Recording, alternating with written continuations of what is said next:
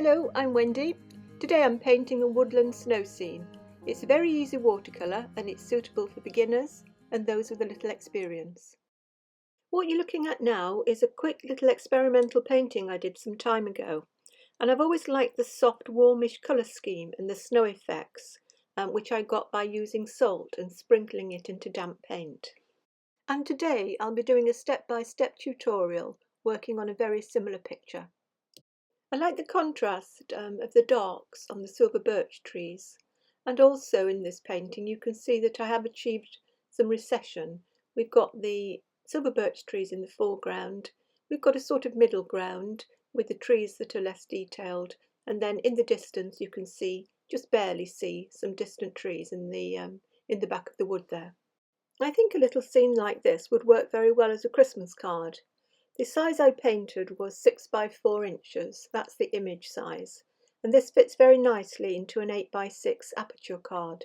I do have more Christmas card ideas on my channel, and links are below in the description box, along with links to all the aperture cards that I use.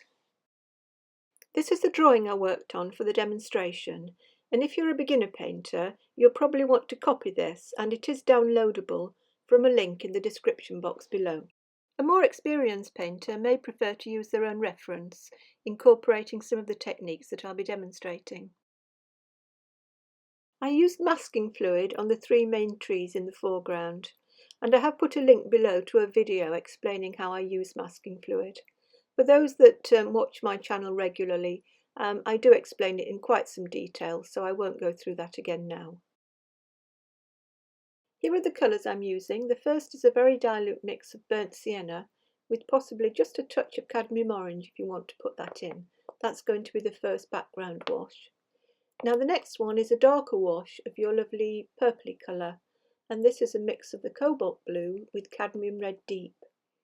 You can just choose a different purple if you want, but these two do make quite a nice colour combination, and you can vary how much red you've got in there, the warmness of it and the coolness of it by adding more of the blue. The other wash here is the brown, which adds the warmth in the background, and I mix this from cobalt blue and burnt sienna.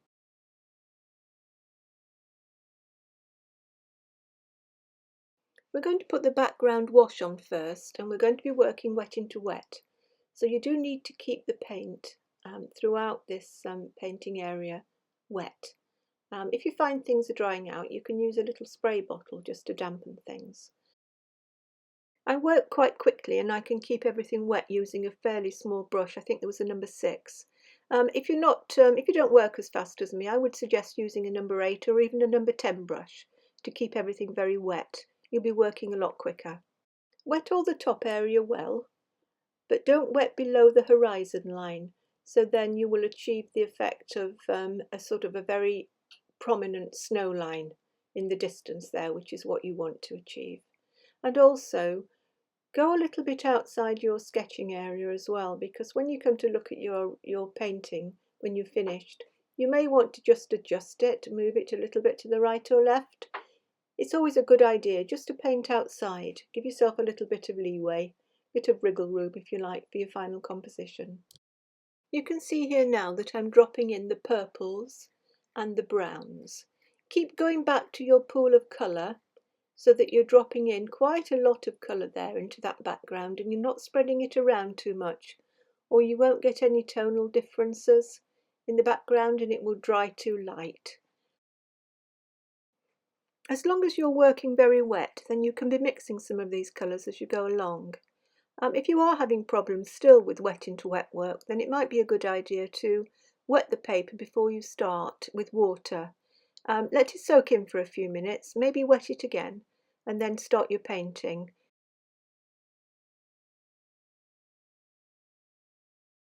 You can see in the first painting that I left a light area, a sort of light archway in the distance, which I think helps to draw the eye through the picture, and it gives it a sense of recession. So as you're dropping these colours in, do keep that light area where you can see I've got it there.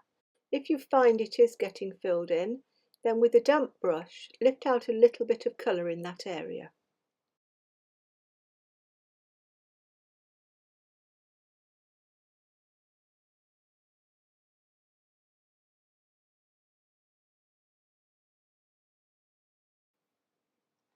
I'm continuing to add a few darker colours and a little bit more of the brown.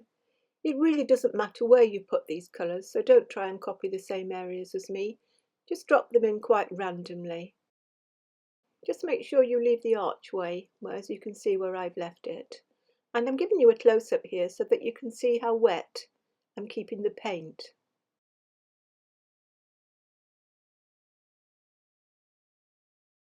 And now it's time for a light sprinkling of just ordinary table salt. The salt will soak up some of the pigment, so I just put an extra little bit in the area I wanted to keep lighter.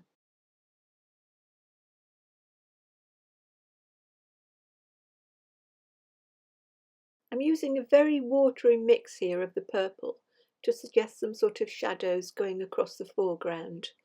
It is really light, and I'm softening the edges with some water as well. Make it a little bit stronger here in the foreground.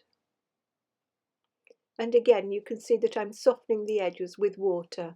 You don't want strong, hard edges here. You want to try and keep everything very soft. Gradually adding some of the more stronger purple into there, and maybe trailing it off a little bit, going to the back, a little bit of perspective. And some more salt while it's still very wet.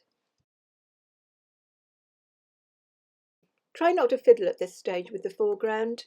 Let the watercolour and the salt do its own thing. You'll be surprised at some of the nice effects that you can get. Wait until the painting is completely dry and the salt has had all its effects. Depending on the temperature of your room, you might have to wait an hour or two. I've got more of a blizzard in my demo painting than the previous one, but I like them both. I think in the demo painting the paint was a little bit wetter, and so the salt had more of an effect on it. Let's see how it's looking with an old mount around it to give us more of an idea of how the picture's coming along. It always helps. This is fine. I'm liking this, but sometimes, as you can see here, when you're using masking fluid, you can get some quite ugly shapes and you can miss bits. So as a tip, I'm just showing you how to rectify this in just one or two areas using this pen white. You could also use a touch of acrylic or white gouache. And now with the mixture of the cobalt and the burnt sienna, I'm making a start at putting in some of the trees. I did the middle distance trees first, in a sort of mid-tone. I felt then I could judge the tone for the very distant trees better, and also for the trees in the foreground, which would be a lot darker.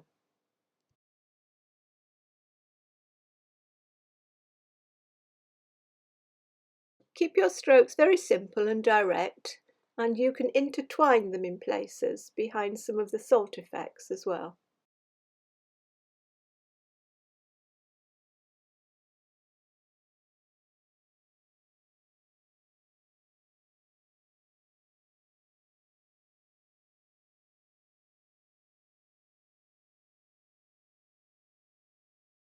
You can enhance this feeling of recession in your painting by doing some overlapping. So as you can see here, some of the middle distance trees, put them behind the foreground trees and let things overlap.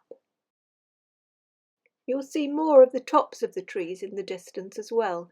Paint these in to help achieve the impression of distance in your picture.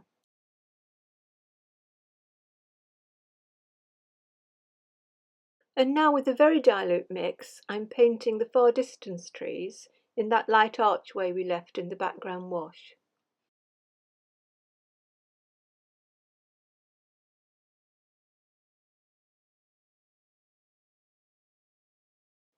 Keep standing back a little bit from the painting and judge the tone of these that you need.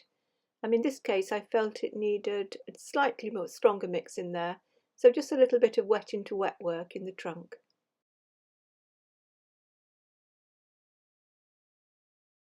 And now for work on the silver birches in the foreground. Now you can be as loose or as detailed as you want with these trees. If you want to take your time, do so, but if you're a little bit like me and you like to get things finished, then you can do them very quickly. If you load your brush, as you can see I'm doing here, and sort of do strokes across with your brush from one side to the other. Some of the strokes can go all the way across and some just a little way. What I've tended to do here is put the darker strokes on the right hand side as if the light is coming from the left on all of them. You can vary the colour and you can vary the strength just using a mix of a blue and a brown. In this case I think I switched to ultramarine for the brown. It just makes it a little bit darker than the cobalt. Cobalt will tend to give you a greeny brown, while the ultramarine will give you something a little bit darker, which I think you need for these.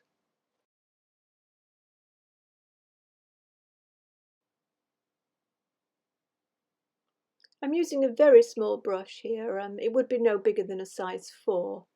You could use, some people like to use a small flat brush, which you could use to drag the paint across. There's also lots of ways of doing silver birch. Some people put paint on a palette knife and drag it across, or on a piece of card. If you're interested, I'm sure you'll find lots of tips in books and other videos on how to paint silver birch. I find this, well, I like this way of doing it, and as I said, it's quite quick and it is effective. As I'm working through here now, you can see that I'm making the paint darker. I'm building up the darks. I'm not putting them in straight away because you can judge your tones better by doing that.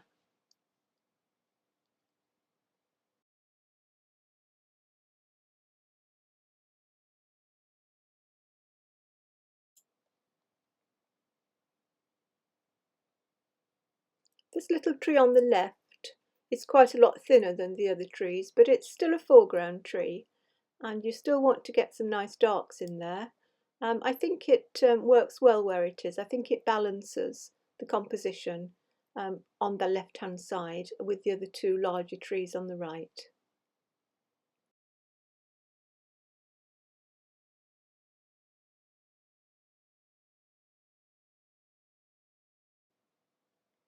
I'm continuing to work around the picture and just adding darks where I feel I need them.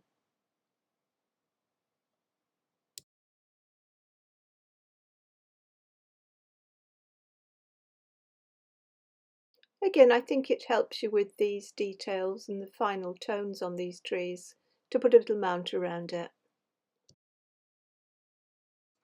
Silver birch quite often have these very dark, twiggy branches growing up the trunk. You can see them from this reference that I've got here. This is a photograph I took some time ago.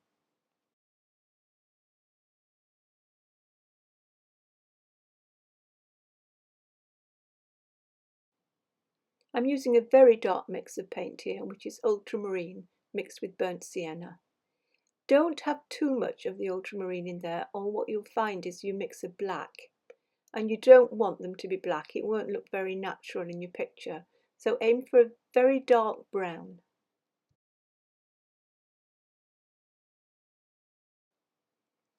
And these twigs overlapping the trees in the middle distance are, again, they're really helping with the feeling of recession in the picture.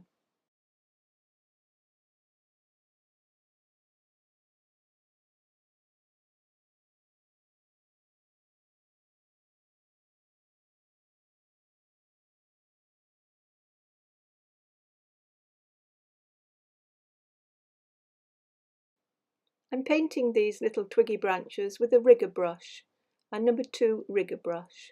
You'll find links to all the brushes that I use and my materials in the description box below the video.